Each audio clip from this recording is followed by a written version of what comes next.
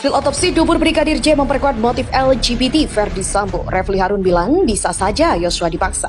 Ada yang mengatakan bahwa Joshua ini adalah seorang yang normal. Dia sangat mencintai pacarnya misalnya. Kemudian kenapa dia terlibat misalnya dengan Ferdi Sambo? Kita tidak tahu, ini isu yang berkembang. Ya bisa saja karena sebagai bawahan dia dipaksa. Lantas apa dong nih harkat martabat seorang Ferdi Sambo merasa terganggu, merasa terancam oleh seorang Brigadir J yang jabatannya jauh lebih rendah dibandingkan dia? Ini adalah beberapa hal yang kita kayak ada potongan-potongan teka-teki. Luar biasa. Isu Ferdi Sambo LGBT makin mencuat. Pacarku selingkuh dengan istriku. Wow, pacarku selingkuh dengan istriku. Berarti kalau selintas ini bisa kita lihat bahwa pacarku itu, kalau Ferdi Sambo yang bilang, berarti Brigadir J. Pacarnya Ferdi Sambo ini, Brigadir J, selingkuh dengan istri saya. Kan begitu logikanya. Ini sih pantas saja ya. Tempo hari Pak Mahfud bilang ini konten dewasa, ini sensitif, mengerikan. Ini mungkin yang dimaksud ya.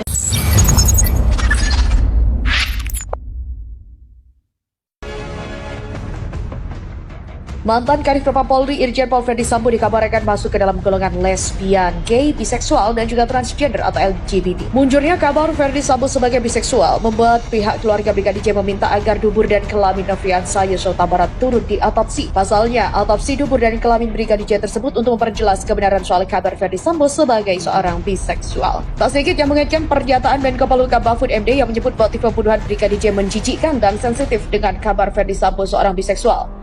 Beredarnya kabar otopsi dubur tersebut dinilai memperkuat motif Ferdi Sambo sebagai seorang biseksual.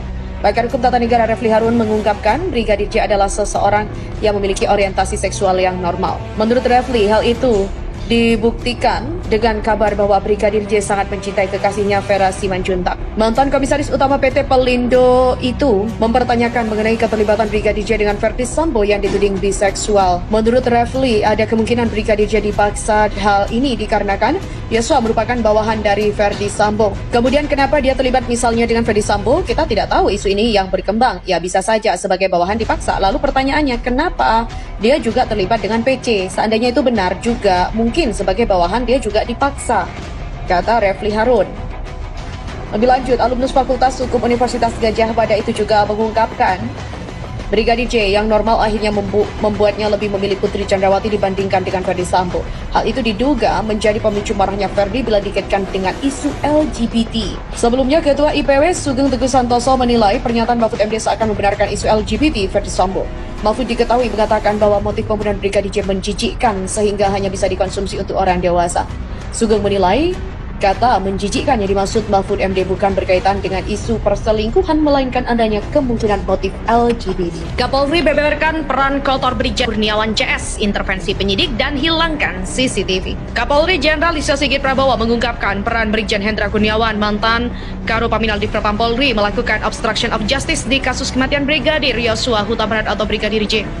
Peran Brigjen Hendra Kurniawan diungkap Kapolri Jenderal Listio Sigit ketika menghadiri rapat dengar pendapat atau RDP dengan Komisi 3 DPR RI pada Rabu 24 Agustus. Jenderal Listio mengungkapkan Biro di Propam Polri telah melakukan intervensi kepada penyidik Polres Metro Jakarta Selatan pada tanggal 9 Juli 2022 lalu.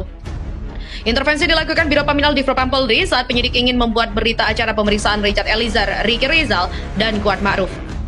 Pada tanggal 9 Juli sekitar pukul 11, penyidik Polres Metro Jakarta Selatan mendatangi kantor Biro Paminal di Propam Polri untuk melakukan pembuatan berita acara pemeriksaan saksi-saksi saudara Richard, Ricky, dan Kuat. Namun penyidik mendapat intervensi dari personil Biro Paminal di Propam Polri, kata Kapolri. Penyidik hanya diizinkan untuk mengubah format berita acara interogasi yang dilakukan oleh Biro Paminal di Propam Polri menjadi berita acara pemeriksaan. Kemudian kata Kapolri, di Propam pada pukul 13 mengarahkan saksi dan sejumlah penyidik Polres Metro Jakarta Selatan untuk melakukan rekonstruksi TKP. Setelah selesai pelaksanaan rekonstruksi, para saksi menuju rumah saudara FS di Saguling. Personal Biro Divisi Propam Polri di saat yang bersamaan kemudian menyisir TKP dan memerintahkan untuk mengganti harddisk CCTV yang berada di pos security Duren 3. Harddisk CCTV ini kemudian diamankan oleh personel Divisi Propam Polri. Dalam keterangannya, Kapolri Jenderal Listio Sigit juga menceritakan soal situasi penyerahan jenazah Brigadir J ke pihak keluarga. Digambarkan Kapolri, ada penolakan dari Divpropam Polri untuk Brigadir J dimakamkan secara kedinasan karena dianggap telah melakukan perbuatan tercela. Kemudian malam harinya, datang personel dan dari Divpropam Polri yang berpangkat Pati atas nama Brigjen Pol Hendra Kurniawan atau Karopaminal yang menjelaskan dan meminta pada saat itu untuk tidak direkam dengan alasan terkait dengan masalah aib.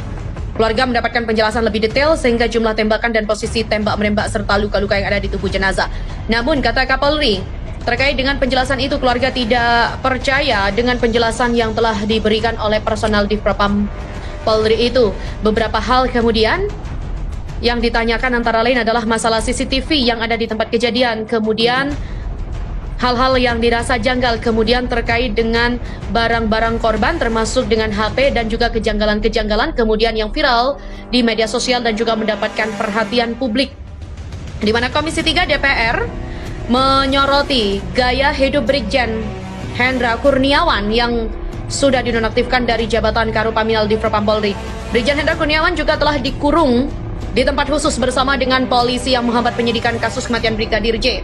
Ia juga telah menjadi polisi yang sudah diperiksa dan diduga kuat ikut menghalang-halangi penyidikan. Ia juga turut membantu tersangka Irjen Ferdy Sambo untuk menghilangkan barang bukti dan juga mendukung rekayasa kronologis, di mana Brigjen Hendra Kurniawan ternyata sudah terkenal dengan gaya hidup mewah. Jenderal Bintang 1 ini memiliki istri cantik bersama Sealisa. Istrinya seorang selebgram yang bersahabat dekat dengan Tias Mirasih dan Ariel Noah. Gaya hidup mewah keluarga Brigjen Hendra sudah diungkap oleh Sealisa. Bahkan ketika suaminya dinonaktifkan dan kini ditahan, ia mengaku rindu hidup hedon. Dikatakan Sealisa, dia takut jika posting soal panti asuhan dibilang pencitraan, di mana unggahan terbaru Sealisa soal hidup hedon, Brigjen Hendra Kurniawan terseret kasus Ferdy Sambo dalam kasus Brigadir J.